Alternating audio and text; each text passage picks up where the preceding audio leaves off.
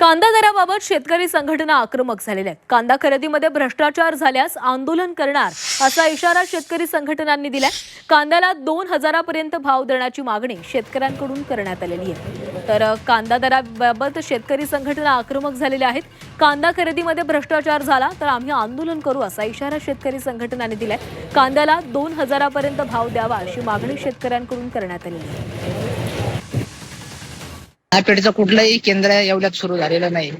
ते फक्त कागदावरच आहे आणि या भावात गेलेला कांदा शेतकऱ्यांना अजिबातही परवडत नाही. किमान 2,000 ते 2,500 रुपये कांदा गेला पाहिजे. शासनाने फक्त नापेठ खरेदी करू असं म्हणताय शासन, पण कुठल्याही शासनाची अंमलबजावणी त्या बाबतीत नाही. नाशिक जिल्ह्यात अजून कुठंही केंद्र सुरू झालं नाही. कांदा आज इकत होतं 1,000 ते 1,100 रुपये एवढ्यामध्ये. जर केंद्र जर चालू झालं तर कांदा कमीत कमी 1500च्या पुढे विकल, सरासरी लेवल धरील आणि लवकरात लवकर फेडरेशन नाफेड चालू झालं पाहिजे ही शेतकऱ्याची अपेक्षा आहे. या कांदा खरेदीमध्ये कुठल्याही प्रकारचा गैरव्यवहार, आर्थिक फसवणूक शेतकऱ्यांची होणार नाही याची दक्षता सरकारने घ्यायची आहे.